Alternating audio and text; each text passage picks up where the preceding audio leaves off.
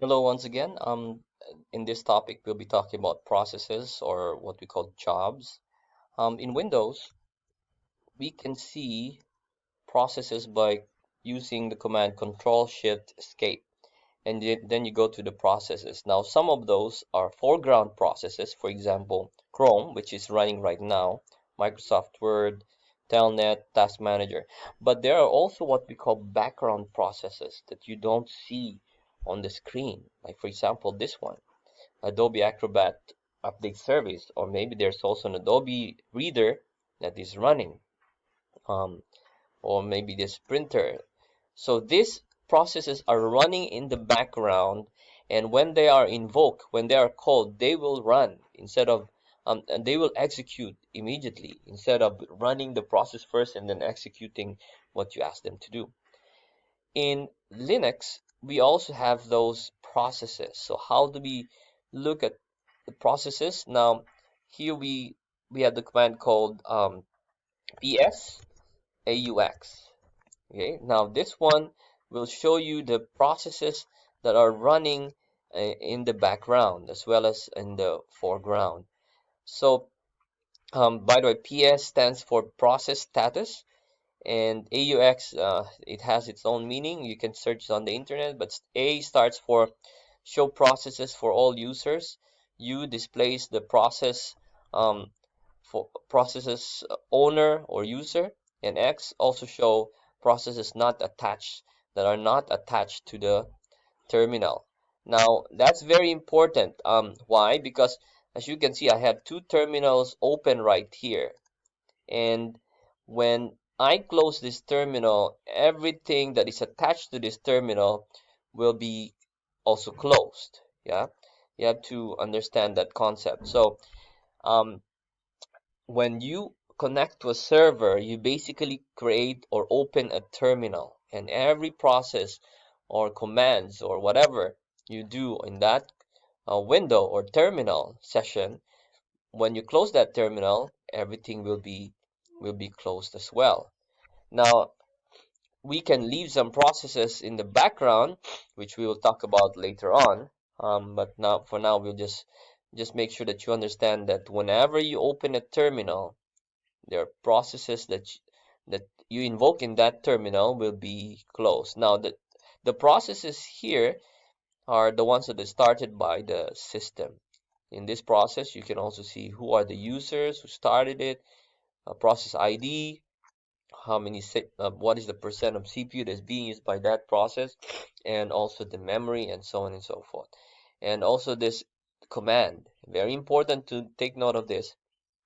We will be using that shortly when we kill a specific process. How do we use those command? It's quite long, but we will be using that shortly.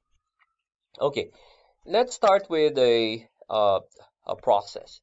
So, for example, when you run the command sleep, what does the command sleep do? Well, basically, um, it sleeps or it waits for some time, for example, 2000, I think it's about 2 seconds, and then it will wait, and then it doesn't give you the prompt, okay, unless you initiate a SIGINT or signal interrupt, which is what we call Control C. Okay, yeah, one. Now, when you issue that command, the process is basically there, but you cannot do anything in the terminal. Okay, it's just occupying the terminal. You don't want to do that, right?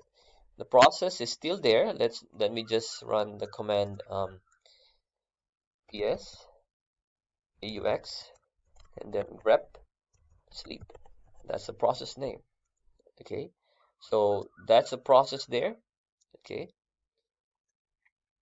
and once I close this, remember when you close this session, it will also terminate that um, what do you call that process. So let's close that one. Okay, let's see, and there you go. There's no more.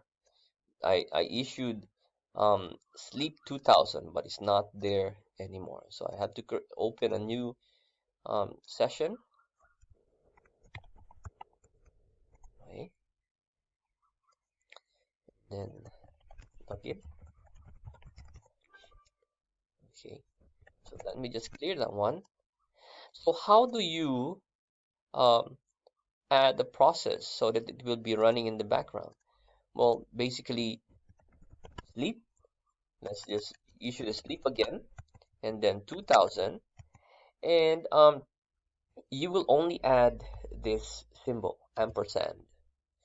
What it will do is it will put the um, the process sleep 2000 in the background. Press that one, and as you can see, it created a process ID. Okay, and I regain back my um, my command prompt, which means I can do something else.